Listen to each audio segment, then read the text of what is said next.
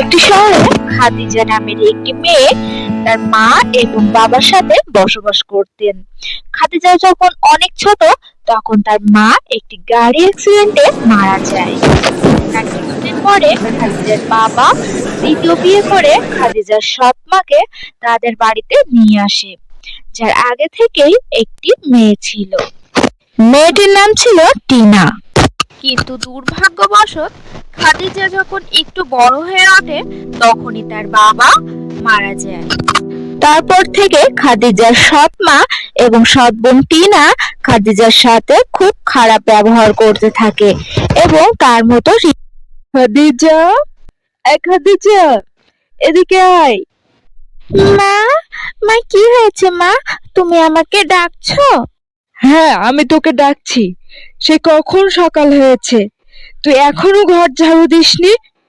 এখনো সকালের নাস্তা রেডি করিসনি কেন? মা, আমি তো রান্না করছিলাম, এজন্য ঘর ঝাড়ু দেওয়া হয়নি। আমার নাস্তা রেডি হয়ে গিয়েছে মা। তোমরা যে নাস্তা করে নাও, আমি ঘর ঝাড়ু দিয়ে পরিষ্কার করে দিচ্ছি। কি নাস্তা করেছিস সেটা খাদিজা? এত লবণে পুড়িয়ে ফেলেছিস রুটিগুলো। ছি মা, এমন রুটি কেউ খায়? আমি তো রুটি খেতেই পাচ্ছি না মা। এভাবেই খাদিজার জীবন ছিল। তার উপরে সব সময় তার সৎ মা এবং সৎ বোন অত্যাচার করত, আর সে এগুলোর প্রতিবাদ না করে মুখ বুজে সহ্য করে যেত, কারণ এই দুনিয়াতে তার আপন বলে কেউই ছিল না। আর ঠিক এভাবেই দিন কাটছিল। একদিন পাত্রপক্ষ টিনাকে দেখতে আসে বিয়ের জন্য। টিনা যেহেতু দেখতে সুন্দরী ছিল, এজন্য পাত্রপক্ষকে টিনার পছন্দ হয়ে যায় এবং টিনার বিয়ে ঠিক হয়ে যায়।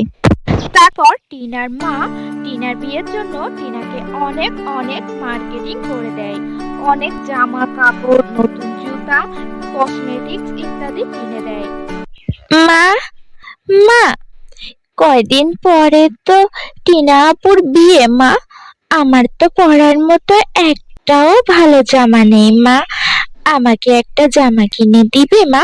কাজের মেয়ের আবার নতুন জামা পরার ইচ্ছে? তোর যেটা আছে তুই সেটাই পরে থাকবি। আর তোকে কি বলছি পাত্রপক্ষ সামনে যেতে?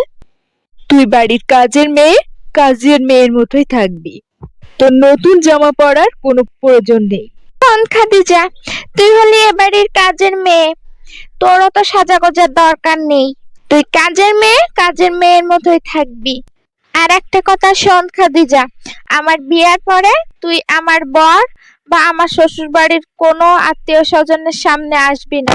তোর যাচ্ছি, আর এই কথাটা মনে থাকে যেন। এই খাদিজা, এখন যা, কিচেন থেকে আমাদের জন্য 2 গ্লাস শরবত নিয়ে আয়। মার্কেট করে এসে খুবই ক্লান্ত হয়ে পড়েছি আমরা। এই খাদিজা শোন, শরবতে আবার চিনি বেশি দিস না। আমি কিন্তু চিনি কম খাই, আমি ডায়েট করছি, কারণ সামনেই তো আমার বিয়ে। আমার চেহারা, আমার বডি ফিগার তো ঠিক রাখতে হবে আমাকে। তারপর খাদিজা কিচেনে চলে যায় এবং তার মা ও বোনের জন্য 2 গ্লাস শরবত বানিয়ে নিয়ে আসছিল। আর ঠিক এমন সময় খাদিজার পা স্লিপ করে শরবতের গ্লাস 2টি মাটিতে পড়ে ভেঙে যায়। সর্বনাশী, পোড়ামুখী, তুই কি করেছিস এগুলো? তুই শরবতের গ্লাসগুলো ভেঙে ফেললি? মা, মা এদিকে এসো, দেখো খাদিজা কি করেছে, দেখে যাও একবার। হায় হায় হায় হায় হায়, এই পোড়ামুখী, তুই এগুলো কি করেছিস? তুই আমার দামি দামি গ্লাসগুলো ভেঙে ফেললি। এক্ষুনি দূর হয়ে যাবি এই বাড়ির থেকে। তোর মুখ যেন আমি আর না দেখি। এক্ষুনি দূর হয়ে যা আমার বাড়ি। বলে খাদিজার সৎ বোন এবং তার সৎ মা খুব মারধর করে বাড়ি থেকে বার করে দেয়।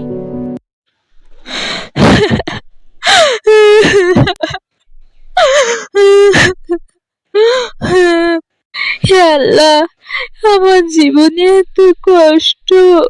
ছোটবেলায় আমার মা চলে গেছে, একটু বড় হতে না হতে বাবা চলে গেল।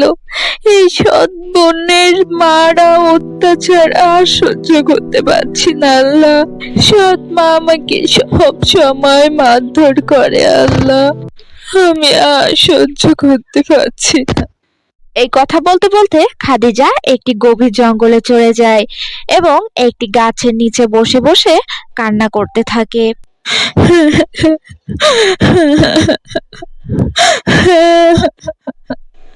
খাদিজা যখন গাছের নিচে বসে কান্না করছিলেন, ঠিক তখনই তার সামনে একটি পরী আসে। হে মেয়ে, তুমি কাঁদছো কেন? তোমার কি হয়েছে? আমার দুনিয়াতে আপন বলতে কেউই নেই পরী। আমার বাবা অনেক আগে মারা গিয়েছে, আর আমার মা আমি যখন অনেক ছোট তখন একটি গাড়ি অ্যাক্সিডেন্টে মারা গিয়েছিলেন। আমি আমার সৎ বোন আর সৎ মায়ের সাথে থাকি, কিন্তু তারা আমাকে একটুও দেখতে পারে না। আমার সাথে খুবই খারাপ ব্যবহার করে, আমাকে খুবই মারধর করে। এই কথা, তুমি কান্না করো না। আমি অবশ্যই তোমার উপকার করব। আমি অবশ্যই তোমার পাশে থাকবো। তারপর পরী জাদু করে খাদিজাকে একটি সাদা লেহেঙ্গা দিল। শোনো খাদিজা, এটা কোনো সাধারণ লেহেঙ্গা নয়, এটা হলো জাদুর লেহেঙ্গা। এই লেহেঙ্গার কাছে তুমি যখন যা চাইবে তখনই সেটা পাবে। আর তোমার সাথে যদি কেউ অন্যায় করে, অবিচার করে, তাহলে সাথে সাথে তারা তার শাস্তি পাবে। তবে মনে রেখো খাদিজা, এই লেহেঙ্গাটা তুমি সব সময়ই পরে থাকবে। তোমাকে অনেক ধন্যবাদ পরী, আমাকে এত সুন্দর একটা লেহেঙ্গা দেওয়ার জন্য, আমাকে সাহায্য করার জন্য। তারপর খাদিজা লেহেঙ্গাটা পরে যখন বাড়িতে চলে আসে, তখন তার সৎ বোন টিনা ও তার সৎ মা তাকে দেখে চিনতেই পারে না। এই কে? এত সুন্দর মেয়ে! এই মেয়ে কে তুমি? আমাকে চিনতে পারছিস না বোন? আমি তোর বোন, বড় বোন খাদিজা। এই খাদিজা, তুই নিশ্চয়ই এই জামাটা চুরি করে এনেছিস কারোর বাড়ি থেকে। এই বল, তুই কার বাড়ি থেকে চুরি করেছিস এই জামাটা? এই বলে খাদিজার সৎ মা এবং সৎ বোন টিনা খাদিজাকে অনেক মারধর করতে লাগলো। আর ঠিক তখনই খাদিজার জামা থেকে অনেক আলো বার হয়ে তার সৎ মা এবং সৎ বোনের চেহারা অনেক খারাপ করে দিল। হ্যাঁ হ্যাঁ হ্যাঁ, এই খাদিজা, তুই আমাদের সাথে কি করেছিস? শোনো টেনা, এটা কোনো সাধারণ জামা নয়, এটা একটি পরী আমাকে দিয়েছে। তোমরা আমার প্রতি অন্যায় অবিচার করেছো বলে তোমরা তার শাস্তি পেয়েছো। আমাদের অনেক বড় ভুল হয়ে গেছে খাদিজা আপু, তুমি আমাদের মাফ করে দাও। হ্যাঁ রে খাদিজা, তুই আমাদের মাফ করে দে। তোর সাথে এমনটা অন্যায় অবিচার করা আমাদের ঠিক হয়নি খাদিজা। তারপর খাদিজা তার জামাকে বলে তার মা এবং বোনের চেহারা আবার আগের মতো করে দেয়, এবং তারপর থেকে খাদিজার সাথে তার সৎ মা আর সৎ বোন আর কখনোই খারাপ ব্যবহার করেনি।